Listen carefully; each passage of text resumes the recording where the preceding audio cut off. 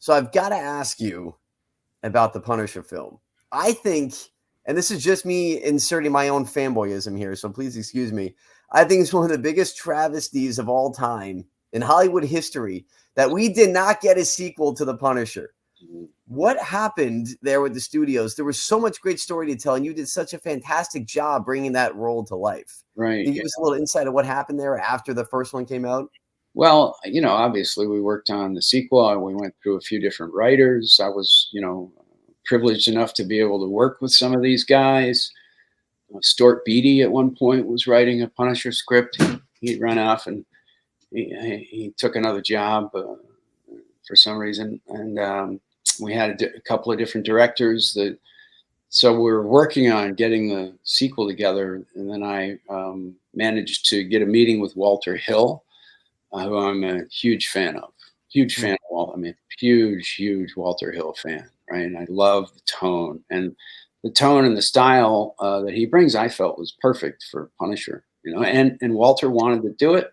We had several meetings, talked about what the story might be. Walter was going to write it. Of course, he's got all the help he would ever need in that department. A guy wrote Alien, for God's sake.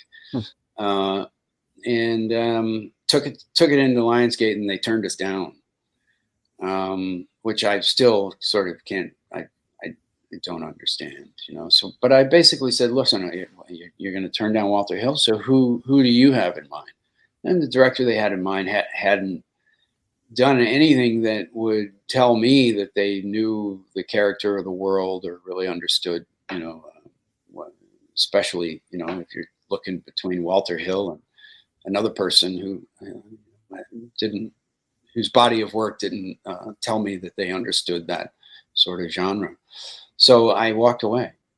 To make a long story short, I just, I think that Lionsgate had some money that they needed to spend before the end of that year. So they were kind of pushing something to happen that was not organically ready to happen. And that's why I said, I'd rather just not do something that's going to be really bad. Yeah. And that was, I did a little short film called Dirty Laundry. If anyone hasn't seen Dirty Laundry on YouTube, check that out. Yes. I was about to bring that up actually, because that kind of did, in a short film way, fulfill the, some of the things that the fans were wondering, what would a sequel look like? Right. So I thought that was great. That was a lot of fun. And I really like, what's his name, who's playing the Punisher now. I think he's great. Yeah, John Barenthal. He does a really good job, and they did a great job with that series. Yeah. I mean, personally, I think it would be pretty cool if they had you as kind of a cameo in there, some type of working you in on that series. One day I'll direct something that's sort of similar in that vein. I would do a great job doing that. That'd be awesome. It's at right now. I had a great time directing Troppo, and I directed an episode of The Expanse, which I'm very proud of. So that's kind of heading in that direction now. I've got a company called Renegade. We're developing a few films, and we've got another show with MGM that we're putting together. So I'm having a lot of fun doing that kind of thing today. That's awesome. I was wondering because I saw recently a documentary on Gene Wilder, who is one of my favorites of all time. It's on Netflix. If you haven't seen it, it was really well done. Okay. But they talked about kind of that transition of, on the screen to behind the scenes when he directed a few different movies. How different is that? I mean, what's the experience like when you kind of go behind the scenes? I'm sure it's a totally different sense of fulfillment, I would imagine. Well, you're curating a movie from beginning to end, a story, whether it's movies, television, whatever you're doing, you're curating a story, you're developing and then sort of bringing to life a story is really what you're doing, and if you're good at it and you're able to communicate what the story should be to enough people, because you need so many different technicians and craftsmen and artists to help you put this story together. And it really comes down to your ability to communicate what the story is and what do you want. And that gives everybody an idea of what you don't want. Carving away what it's not is almost more important, sort of, and then what it is will reveal itself. But that being in the business long enough to understand what's most important about how that process works is why I'm getting a real kick out of producing and directing these days. Because it's a dense, like the study of alien intelligence, it's a dense, complex, multifaceted, multi-layered process.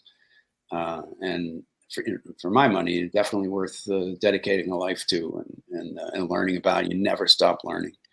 So there's full of surprises, and like William Goldman says, nobody knows anything. Yeah. Very cool, man. That's awesome. And I would be remiss if I would actually get yelled at. I might be sleeping on the couch if I didn't say that my wife wanted me to tell you that she loved you in Deep Blue Sea. So,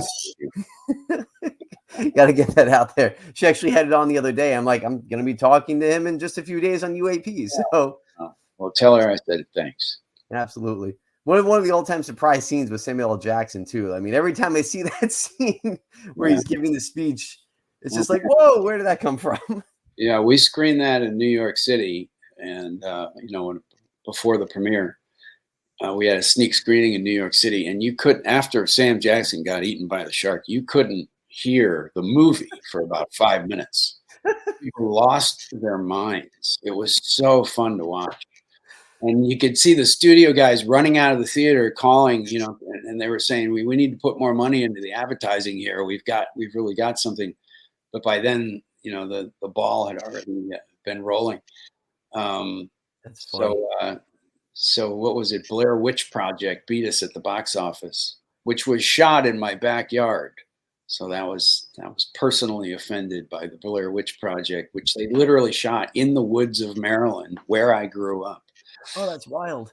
And then that came out and did this. It was the first sort of online publicity campaign that produced a #1 movie. It was a phenom, it just came out of nowhere. And that it's unwatchable. The damn movie's unwatchable. But Deep Blue Sea is still hanging in there. So